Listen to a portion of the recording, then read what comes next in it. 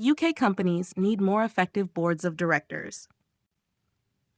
After a number of serious failures of governance, that is, how they are managed at the highest level, companies in Britain, as well as elsewhere, should consider radical changes to their directors' roles. It is clear that the role of a board director today is not an easy one. Following the 2008 financial meltdown, which resulted in a deeper and more prolonged period of economic downturn than anyone expected, the search for explanations in the many postmortems of the crisis has meant blame has been spread far and wide. Governments, regulators, central banks, and auditors have all been in the frame. The role of bank directors and management and their widely publicized failures have been extensively picked over and examined in reports, inquiries, and commentaries.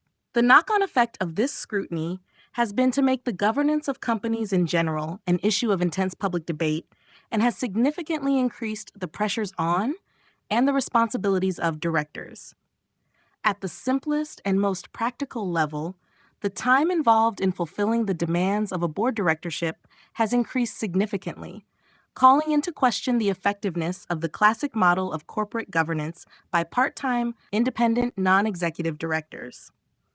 Where once a board schedule may have consisted of between 8 and 10 meetings a year, in many companies, the number of events requiring board input and decisions has dramatically risen. Furthermore, the amount of reading and preparation required for each meeting is increasing. Agendas can become overloaded, and this can mean the time for constructive debate must necessarily be restricted in favor of getting through the business.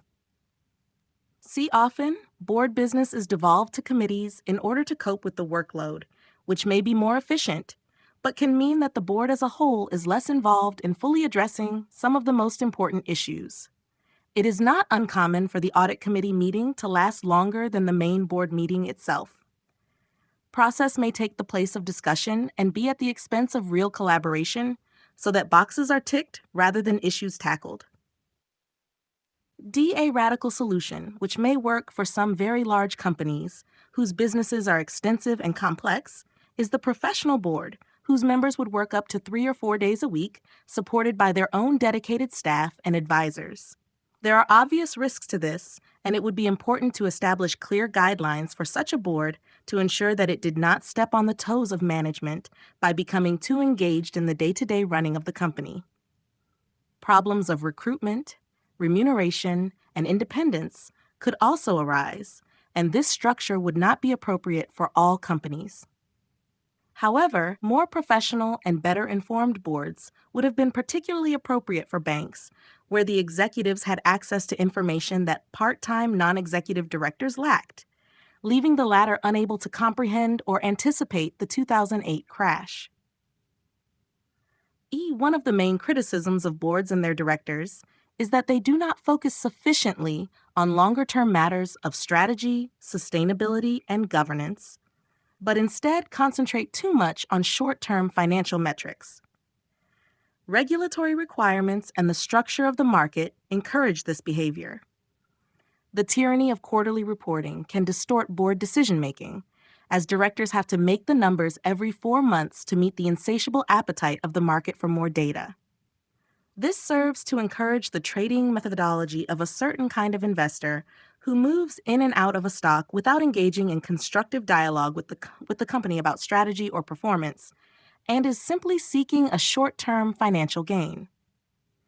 This effect has been made worse by the changing profile of investors due to the globalization of capital and the increasing use of automated trading systems. Corporate culture adapts, and management teams are largely incentivized to meet financial goals.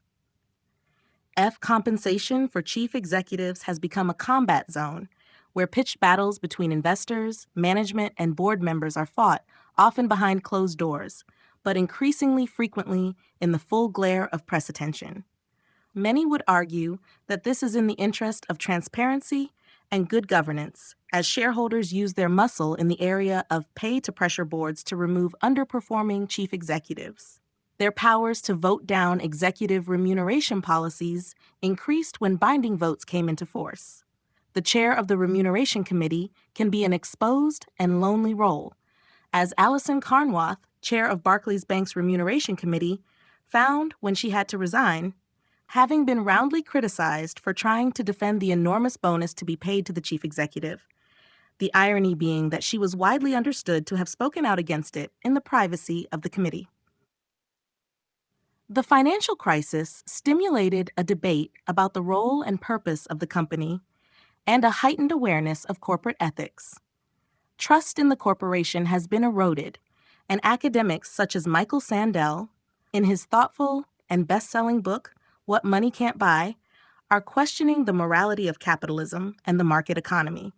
Boards of companies in all sectors will need to widen their perspective to encompass these issues, and this may involve a realignment of corporate goals. We live in challenging times.